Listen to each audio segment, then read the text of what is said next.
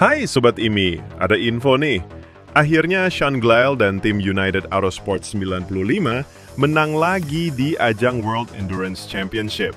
Keren! Kemenangan ini didapat pada putaran 6 FIA WEC seri Austin di Circuit of the Americas dalam balapan 6 jam yang penuh drama. Gimana nggak drama coba? Hampir sepanjang balapan, hujan deras nggak berhenti guys. Bahkan safety car harus masuk track selama hampir 1 jam. Dan akhirnya, balapan dihentikan dengan tanda red flag. Tapi, justru Sean dan timnya berhasil melakukan strategi yang tepat. Strategi pertama adalah pembalap pertama United Autosports Darren Leung yang start dari P3 justru jadi yang pertama saat balapan dihentikan. Itu karena dua pembalap di depannya memilih masuk pit saat safety car ada di track. Darren pun manfaatin bahan bakar yang bisa dihemat untuk tetap di track, sekaligus menghabiskan jatah nyetirnya setelah balapan kembali dilanjutkan. Sementara Sean Glyle, yang tetap tenang sepanjang balapan, berhasil menjaga posisi di 3 besar. Kondisi track yang licin dan safety car yang terus muncul menguji fokus Sean sepanjang balapan, sambil menunggu momen yang pas. To be honest, I think everyone played a part. Darren played a part in the start, keeping everything together in P1. We called back into P2 again after juggler positions, and Marino in the end, my little Japanese guy, I love him. He did everything he can, and he brought it home. So, you know what, I think it's a testament to how much we work despite how hard it is.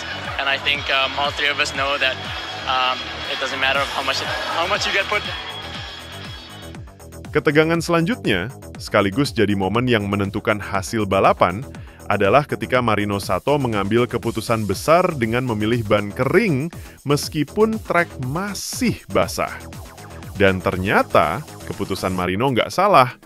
Dari P6, dia bisa mengejar dan menyusul beberapa pembalap sampai ke P2.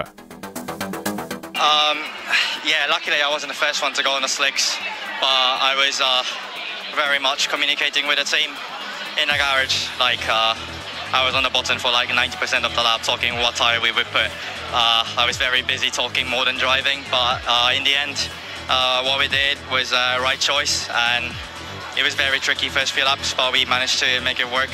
And these guys, set it up for me. So, thank you to these two, and everyone in the team has been putting a phenomenal job all season. So, it really feel rewarded, and I hope everyone enjoys it. Gak cuma itu, 7 menit sebelum balapan selesai, tiba-tiba tim AF Corse 54 yang mengendarai Ferrari dihukum penalti 5 detik setelah pelanggaran di tikungan 11. Dengan selisih waktu yang cuma 2,3 detik, bikin Marino langsung ke posisi pertama. Yeah, so I didn't have to do too much driving today compared to these guys, but during that period, people ended up diverging on strategy, and then we hung it out, which then gave us a lead. Fortunately for us, everything kind of fell in a way that was reasonable for us, but all of that was kind of irrelevant, to be honest, because the monster stint that Marino put in at the end was absolutely superb, and I don't think there'll be any shortage of accommodations for him. I don't think I can watch that again, let's put it that way. What a job. Hasil ini merupakan kemenangan kelima Sean di ajang WEC dan kemenangan kedua di kelas LMGT3. Nextnya, kita tunggu kiprah Sean dan tim United Autosports di seri Fuji Jepang nanti, sekaligus jadi tuan rumah buat Marino Sato. Bisa menang lagi nggak ya?